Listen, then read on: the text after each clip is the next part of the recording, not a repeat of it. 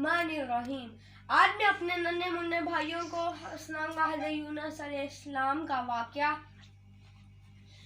حضرت یونس علیہ السلام کو اللہ نے نینوا کی بستی میں لوگوں کو کفر و شرک سے روکنے کے لیے بھیجا۔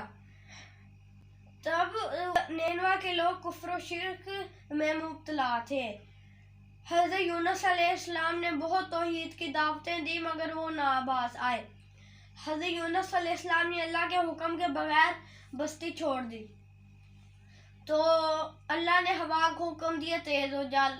ہوا سے پانی کی لہریں تیز ہونے لگی تو کشتی گرنے لگی تو حضرت یونس نے کہا تو سامان پھینکا، پھر بھی کشتی ہلتی رہی۔ حضرت یونس نے کہا کوئی اللہ کے حکم کے بغیر کوئی اس کشتی میں آیا ہے، اللہ کو یہ پسند نہیں ہے، اس لیے ایسا ہوا۔ حضرت یونس کو خیال آیا کہ میں ہی ہوں وہ، تو حضرت یونس نے لوگوں کو کہا مجھے پانی میں پھینک دو، لوگوں نے کہا نہیں، تو حضرت یونس نے خود ہی پانی میں چھلانگ لگا دی۔ اللہ کے حکم سے ایک مچھلی نے انہیں نگل لیا۔ 40 دن تک حضرت یونس مچھلی کے پیٹ میں اللہ سے دعا کرتے رہے۔ اللہ نے حضرت یونس کو علیہ السلام کو معاف کر دیا اور مچھلی کو حکم دیا کہ انہیں ایک جزیرے پہ چھوڑ دے۔ حضرت یونس علیہ السلام کو اس جزیرے پہ چھوڑ دیا۔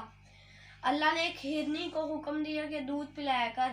ایک ہرنی آتی تھی، ہمیشہ حضرت یونس علیہ السلام کو دودھ پلا جاتی تھی۔ تو جب نینوا کے لوگوں پر عذاب آیا، عذاب دیکھ کے وہ ڈر گئے، وہ رو رو کے معافی مانگنے لگے۔ اللہ نے انہیں معاف کر دیا۔ پھر حضرت یونس علیہ السلام اپنی بستی واپس چلے گئے تو ادھر کے لوگ بہت خوش ہوئے اور حضرت یونس علیہ السلام کی اطاعت میں زندگی گزار۔ شکریہ۔